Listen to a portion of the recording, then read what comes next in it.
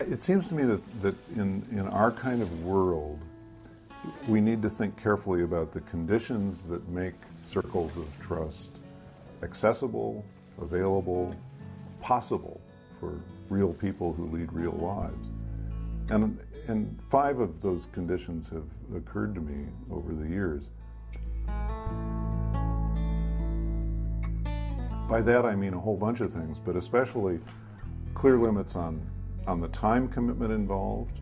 We try to be very clear with people about how much time they're asked to give to this. And then we try to keep time very carefully. I think one of the things that makes the soul feel safe is leadership that comes through on its promises. And one of the promises we make is how we're going to use that time.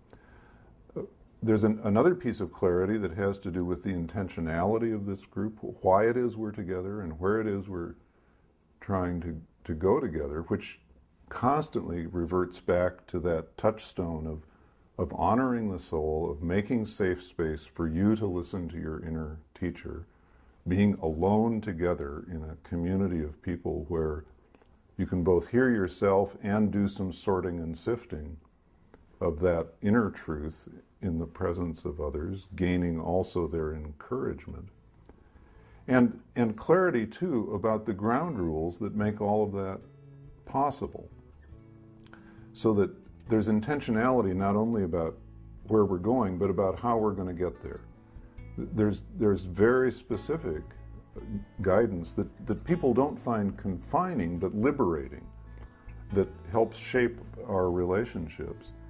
And that end up making these groups, for most people I've talked to, not a heavy add-on to an already busy schedule, but the kind of time and space that actually liberates other parts of their life, but actually lifts something off their shoulders and gives them a more spacious sense of time and work and relationships and all of those things that we may get jammed up with otherwise.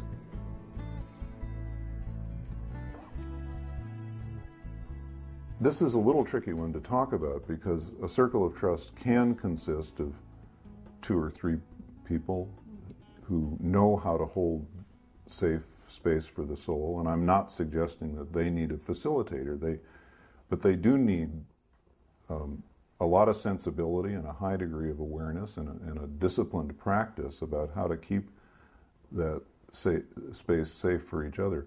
But as a circle grows larger, and typically our circles might have 25 people in them, a skilled leader is very important because everything that we're doing is countercultural. This basic norm we have, no fixing, no saving, no advising, no setting straight, that goes right upstream against everything in our culture. And a facilitator needs to hold a space in which that norm is lifted up and insisted upon. It's really one of our non-negotiables, because when we break that rule, the soul tends to go back into hiding. Because it's critical, we're very careful about who it is that we accept into facilitator preparation, and we take at least a year to prepare those people, and often more than a year because they have a mentoring relationship that gives them another year of sort of practice before we, in many cases, before they strike out on their own.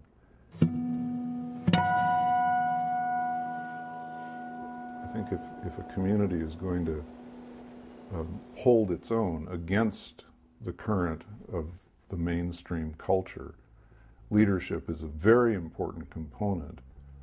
And it's a kind of leadership that not only demands that I be granted authority by the group, but that also requires me to authorize each and every person in that group to come from the inside out, to live out his or her beliefs, values, commitments in words and actions.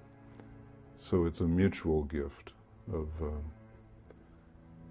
rejoining soul and role, of bringing who you are to what you do.